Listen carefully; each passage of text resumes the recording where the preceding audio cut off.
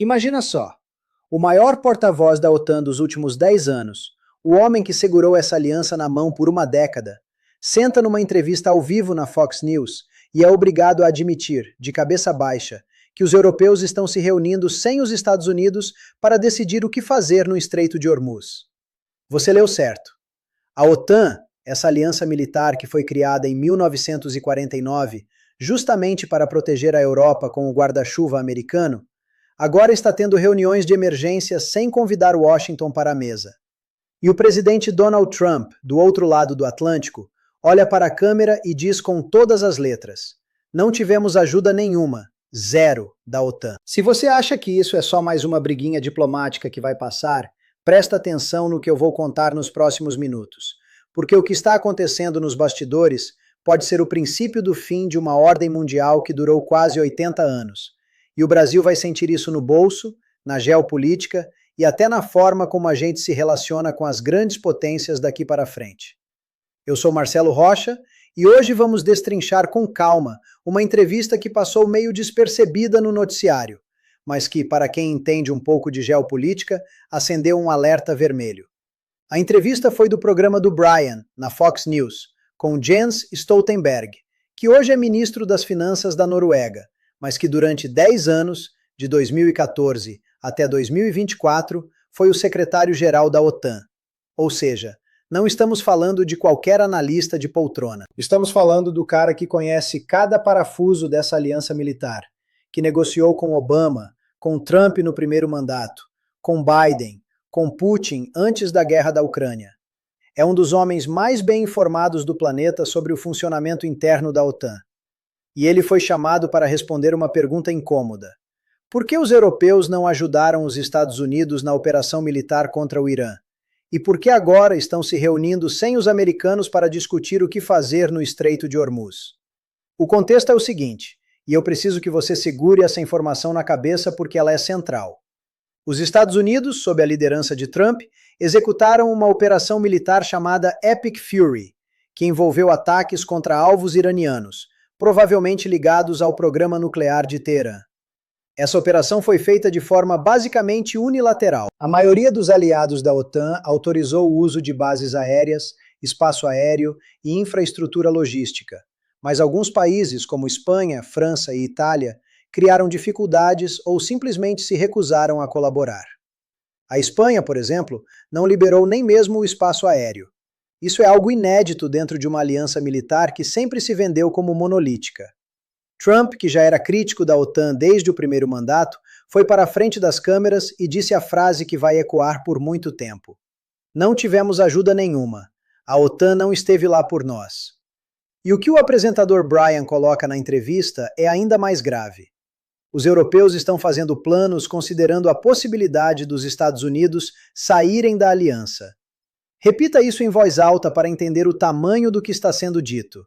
Os europeus, pela primeira vez em quase 80 anos, estão planejando seriamente uma OTAN sem a América. E estão começando isso pela questão mais prática e urgente, que é como manter o Estreito de Hormuz aberto para o comércio mundial, depois que o Irã mostrou que tem capacidade de interdição, inclusive com um míssil que chegou perto da base americana em Diego Garcia, no Oceano Índico. Stoltenberg, com aquela diplomacia escandinava típica, tenta suavizar tudo. Ele diz que a OTAN já enfrentou crises antes e sempre se recompôs. Que os aliados estão juntos nas questões fundamentais. Que a discordância atual não é sobre o fim do Irã como ameaça, mas sobre os meios para chegar lá. Mas repara no que ele não consegue esconder, mesmo tentando. Ele admite que a operação americana foi feita sem o processo de consulta que normalmente acontece dentro da OTAN. Ou seja, Trump não ligou para Bruxelas pedindo opinião. Ele avisou, no máximo, e mandou os bombardeiros. Isso é uma quebra de protocolo gigantesca dentro de uma aliança que se baseia exatamente em decisões coletivas e consulta mútua. E tem mais. Stoltenberg deixa escapar uma informação preciosa quando o apresentador pergunta se a OTAN está se reunindo sem os Estados Unidos para discutir o Hormuz. Ele não nega. Ele simplesmente reposiciona a conversa dizendo que os europeus precisam fazer mais, investir mais, ter mais forças próprias. Traduzindo da linguagem diplomática para o português claro, sim, os europeus estão correndo atrás de uma autonomia militar que nunca tiveram antes. E estão fazendo isso porque não confiam mais que os americanos vão estar lá quando precisarem.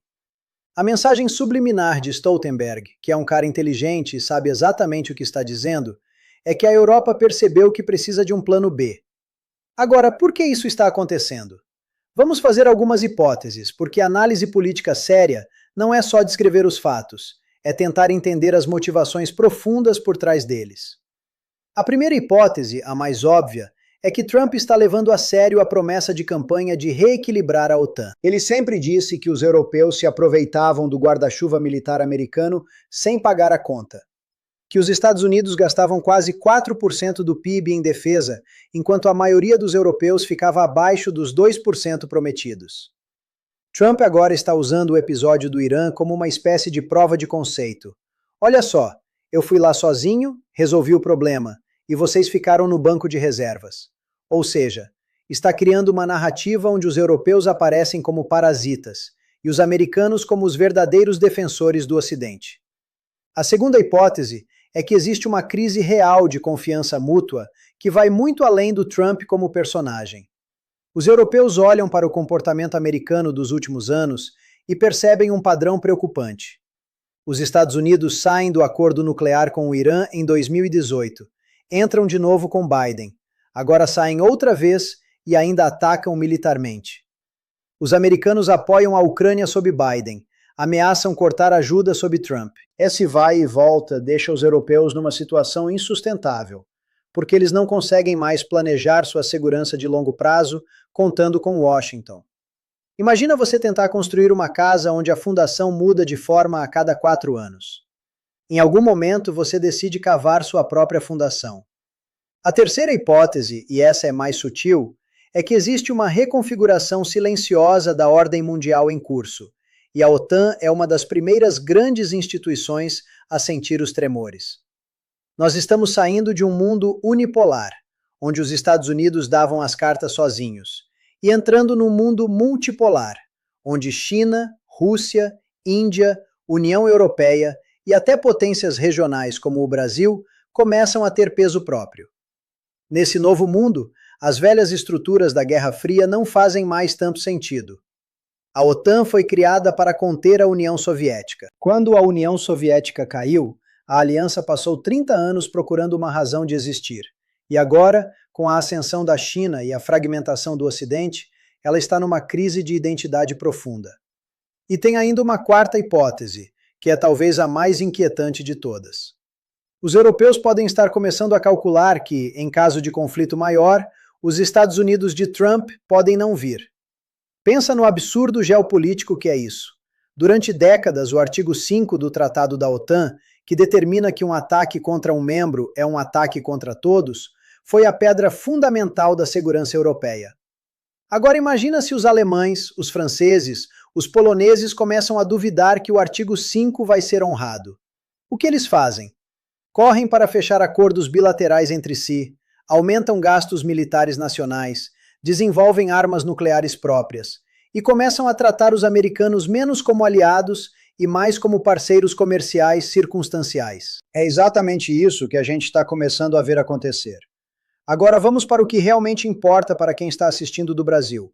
Como tudo isso afeta a gente, aqui, no dia a dia, no bolso, na economia, na política externa. Em primeiro lugar, precisamos falar do Estreito de Hormuz.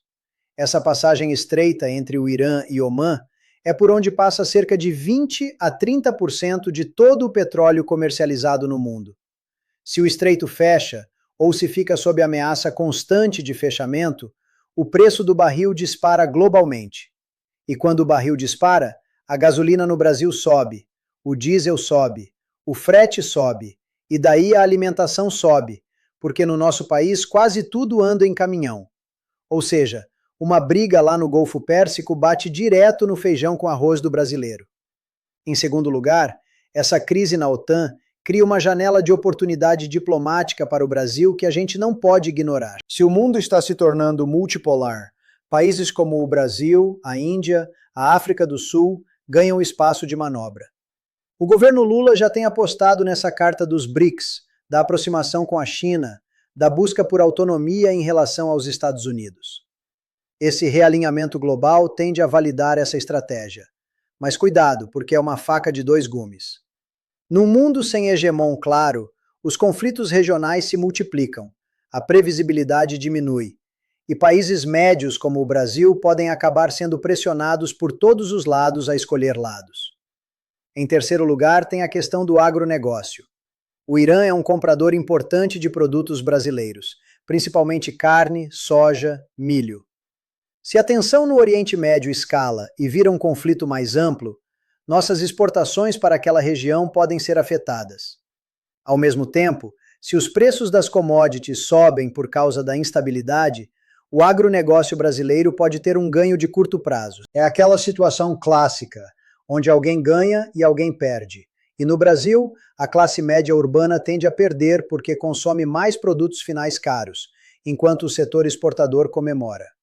Em quarto lugar, e isso quase ninguém está falando, tem a questão do dólar. Essa é uma análise mais de fundo, mas é fundamental.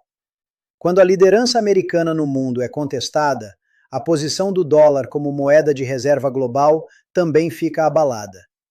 E o Irã, junto com a Rússia, a China e vários outros países, já vem trabalhando há anos para criar sistemas alternativos de pagamento internacional que não dependam do dólar. Se essa crise da OTAN acelera essa tendência, o Brasil pode se ver no meio de uma disputa entre o dólar e alternativas como o yuan chinês ou cestas de moedas dos BRICS. Isso pode afetar desde o câmbio do real até o custo da nossa dívida externa. E agora, o que acontece com a América? Essa é a pergunta de $1 trilhão, e eu vou te dar a minha análise franca. Os Estados Unidos estão numa encruzilhada histórica que os americanos médios ainda não perceberam completamente. Trump está apostando que pode reorganizar as alianças globais no molde do interesse nacional americano, sem se preocupar com as estruturas multilaterais herdadas do pós-guerra. É uma aposta ousada, e tem lógica do ponto de vista dele. Afinal, os Estados Unidos ainda são a maior economia do mundo, ainda têm a maior força militar do mundo, ainda têm a moeda de reserva global, ainda dominam tecnologia e cultura. Por que, então, ficariam amarrados a aliados que não contribuem o suficiente? O problema dessa aposta é que o poder americano nos últimos 80 anos não se baseou apenas na força bruta, mas principalmente na capacidade de construir coalizões e estabelecer regras do jogo aceitas por todos. Quando você abre mão desse soft power, do poder de convencimento e de articulação, você perde algo que não se recupera fácil. É como um chefe que confunde autoridade com autoritarismo. No curto prazo, ele impõe suas vontades. No longo prazo, os subordinados arrumam outro emprego ou começam a trabalhar mal. É mais ou menos isso que a Europa pode estar começando a fazer com os Estados Unidos. Outro ponto crucial para os americanos é que eles estão se isolando justamente no momento em que mais precisariam de aliados para lidar com a China. A grande competição estratégica do século XXI é com Pequim, não com Teherã.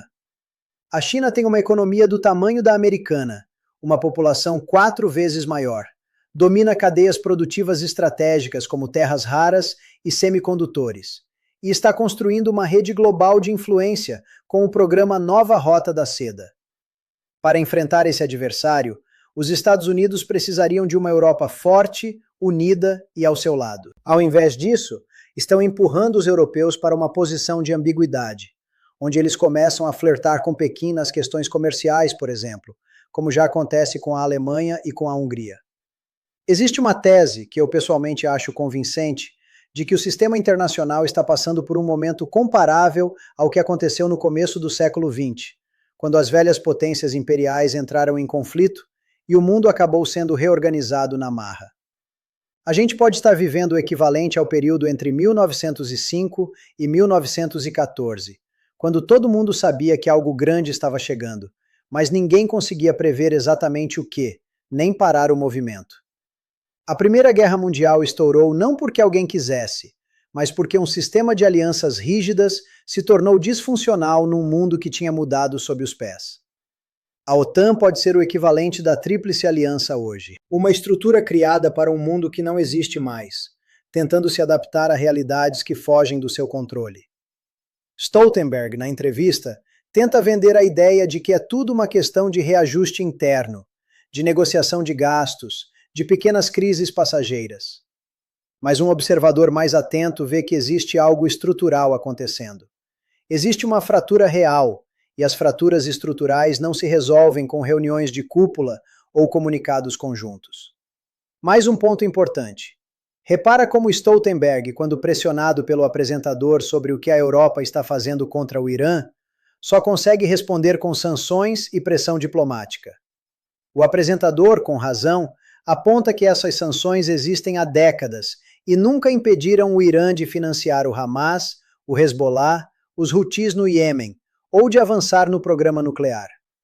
Isso revela uma impotência estratégica europeia que é verdadeiramente preocupante. A Europa se acostumou a usar o poder econômico como substituto do poder militar. E agora descobre que num mundo onde atores como o Irã, a Rússia ou a Coreia do Norte não respondem a incentivos econômicos clássicos, as sanções viram apenas um ritual de impotência. Tem ainda um detalhe que poucos analistas estão percebendo. Quando Stoltenberg fala que os europeus precisam gastar mais em defesa e que isso vai demonstrar aos americanos que compartilham o fardo, ele está basicamente admitindo que o modelo atual da OTAN não é sustentável. Porque se os europeus realmente se armarem até os dentes, como os poloneses já estão fazendo, como os alemães começaram a fazer depois da guerra da Ucrânia, como os franceses sempre quiseram, eles vão, em algum momento, ter capacidade militar própria suficiente para não precisarem mais dos americanos. E nesse dia, a OTAN, como a conhecemos, deixa de fazer sentido, ou se transforma em algo muito diferente, ou simplesmente se esvazia por dentro, mesmo continuando a existir no papel. Para o Brasil, a lição mais importante dessa conjuntura toda é que precisamos ter uma política externa sofisticada, que não se alinhe cegamente a nenhum dos polos emergentes. Os chineses vão oferecer vantagens, os americanos vão oferecer vantagens, os europeus vão oferecer vantagens, e cada uma dessas ofertas vem acompanhada de custos e restrições. O Itamaraty tem uma tradição secular de navegar essas águas turbulentas, e os governos brasileiros, independentemente do partido, precisariam reforçar essa tradição ao invés de partidarizar a política externa, como tem acontecido nos últimos anos. A diplomacia brasileira não pode ser lulista nem bolsonarista, ela precisa ser brasileira. E existe um risco concreto que as pessoas precisam entender. Num mundo em que a OTAN enfraquece e os Estados Unidos se tornam menos previsíveis, conflitos regionais tendem a se proliferar. A América do Sul, que sempre foi uma das regiões mais pacíficas do mundo em termos de guerras entre países, pode começar a ver tensões aumentarem. A crise venezuelana se arrasta, o tráfico internacional se sofistica, a questão ambiental da Amazônia vira pretexto para interferências externas. O Brasil precisa urgentemente repensar sua estrutura de defesa, que está sucateada, investir em tecnologia militar própria, fortalecer as fronteiras e, principalmente, manter relações equilibradas com todos os grandes atores globais. Olha, eu sei que esse assunto pode parecer distante, coisa de canal de notícias estrangeiro, mas acredita em mim quando eu digo que nada do que está sendo decidido nessas reuniões europeias sem os americanos é irrelevante para a nossa vida. A arquitetura de segurança global que se desenhar nos próximos 5 anos vai determinar em que tipo de mundo os seus filhos e netos vão viver. Vai determinar se teremos mais guerras ou menos guerras, se a globalização continua ou se fragmenta em blocos regionais fechados, se o comércio internacional flui ou se torna cheio de barreiras políticas. E tudo isso chega no Brasil pela porta do câmbio, da inflação, do agronegócio, do emprego, das oportunidades de cada um de nós. Para fechar, eu quero deixar uma reflexão que talvez seja a mais importante de tudo que conversamos até aqui. A entrevista do Stoltenberg, apesar de toda a diplomacia e toda a linguagem cuidadosa, revelou uma verdade incômoda que os grandes meios de comunicação ainda não querem encarar diretamente. O Ocidente, como entidade política unificada liderada pelos Estados Unidos, está passando por uma crise existencial. Não é só o Trump, não é só a Europa, não é só o Irã. É uma combinação de fatores estruturais acumulados ao longo de 30 anos que agora estão vindo à tona. E quando ordens internacionais entram em crise, as oportunidades e os riscos se multiplicam para todo mundo, incluindo países como o Brasil, que podem sair dessa transição fortalecidos ou enfraquecidos, dependendo das escolhas que fizerem agora. Os próximos meses vão ser decisivos. Presta atenção em três coisas. Primeiro, se a reunião europeia sobre o Hormuz realmente resulta em ações militares concretas sem participação americana, isso vai ser um marco histórico, a primeira grande operação ocidental dos últimos 80 anos sem liderança americana. Segundo, fica de olho nos gastos militares europeus e em acordos bilaterais de defesa entre França, Alemanha, Polônia e Reino Unido, porque se esses países começarem a se organizar entre si fora da estrutura formal da OTAN, é sinal de que estão mesmo construindo um plano B. Terceiro, observa a reação chinesa e russa a tudo isso, porque Pequim e Moscou são os maiores beneficiários de qualquer fratura no Ocidente, e eles estão esperando exatamente por esse momento para avançar suas agendas. O Brasil precisa estar preparado para um mundo mais caótico, mais competitivo, e ao mesmo tempo mais cheio de oportunidades para quem souber navegar com inteligência. A geopolítica voltou com força total, depois de décadas em que economistas tentaram nos convencer que só o mercado importava. Ignorar isso é escolher ser vítima das escolhas alheias. Entender isso é dar ao Brasil uma chance real de emergir nessa nova ordem como um ator relevante, respeitado e com autonomia para defender seus próprios interesses. A história está sendo escrita agora, nessas reuniões fechadas em Bruxelas, nesses discursos na Casa Branca, nessas entrevistas na Fox News. E quem não estiver prestando atenção, vai só ler sobre isso nos livros daqui a 20 anos, sem ter entendido nada do que passou bem debaixo do nariz. Obrigado por chegar até aqui comigo. Se você achou essa análise útil, compartilha com aquele amigo que gosta de entender o mundo para além das manchetes superficiais. Meu nome é Marcelo Rocha e eu continuo acompanhando de perto tudo o que acontece nessa transição histórica que estamos vivendo. Até a próxima!